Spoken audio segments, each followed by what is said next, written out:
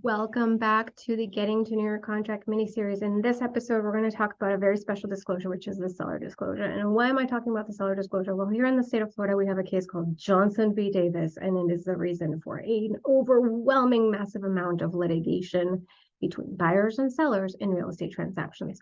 So what is seller disclosure? Okay, here's what the clause says. Seller knows of no facts materially affecting the value of the property which are not readily observable and which have not been disclosed to buyer.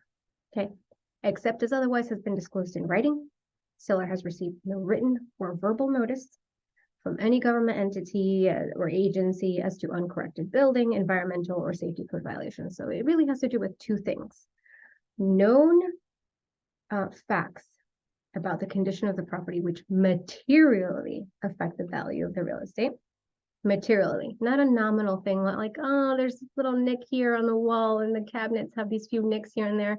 That is not something that is a material affectation of the value. We're talking about roof leaks, foundation cracks, pool cracks that cause flooding, right? Actual things that affect the value of the real property materially. Materially means substantially. It means with actual, true, real value.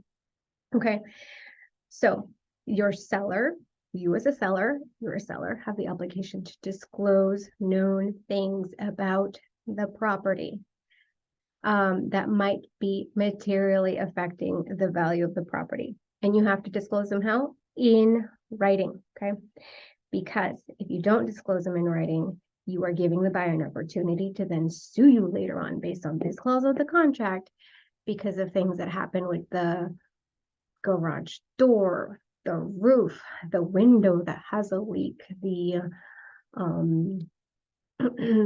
foundation structural issue, the sinkhole evaluation that was done that you didn't disclose, those kinds of things. So be really aware about this seller disclosure clause. And then, of course, if a governmental agency has come by and inspected the property and said, hey, there are some issues here, you need to divulge us to. How?